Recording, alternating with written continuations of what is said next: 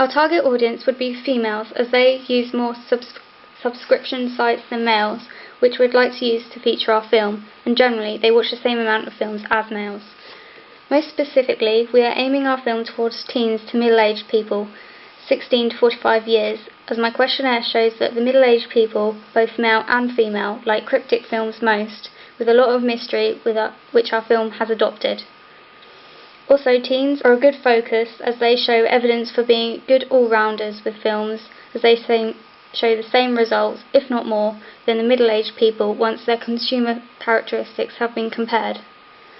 Those that are from the C2 class and A class in the social economic class system would be another focus, as their results show high interest in thrillers and problem solving. Therefore, they'd find our film interesting, as they keep our audience captivated with questions.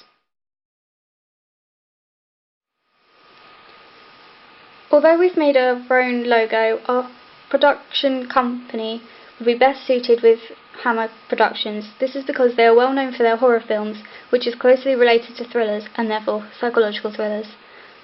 However, only a third of their films are horrors, while the rest are psychological thrillers, sci-fi, noir, historic epic, and even some comedies and dramas. They are one of the oldest film companies in the world, and so are known by many, despite their disappearance after the 80s.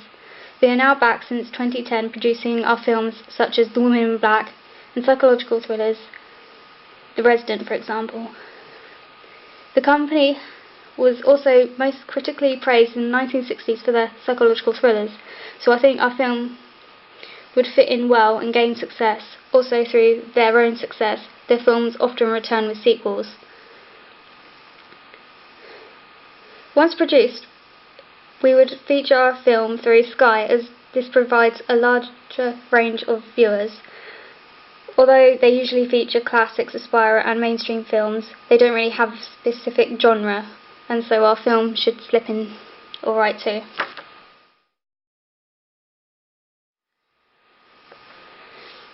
So that it's suitable for younger viewers from the age of 12, we haven't shown anything gruesome in the attack that would be inappropriate for them to witness with such aggression in order for this to happen. However, the wounds are shown briefly at the end of the opening so the audience can understand what has happened, as the murder isn't actually witnessed, although even this isn't gruesome. Also, the location is very middle class, which will reflect the target audience. However, this is a negative representation for the middle class and women, as she's seen as weak and therefore killed and humiliated when strung up like a doll.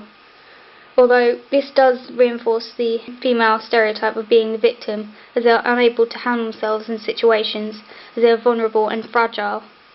On the other hand, we've subverted this stereotype as well by using a female actress as our murderer, when they're usually aggressive, strong alpha males.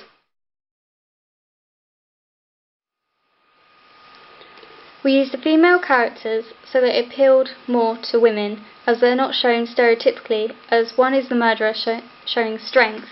By subverting the stereotype with one character, it's easier for women to relate to, as not all women follow stereotypes, although we've adhered to it with another, as some do, and for the narrative to make sense. By using single mum as our main character in the opening, it aligns other single mums with the character so the audience can relate better and therefore engages them to fear what is now thought to be possible. For those that wish to be more mentally challenged, we have raised a lot of questions from the narrative that will grip them and then haven't answered them, so that they continue watching, although this is only the opening, and so it leaves the audience thinking for themselves.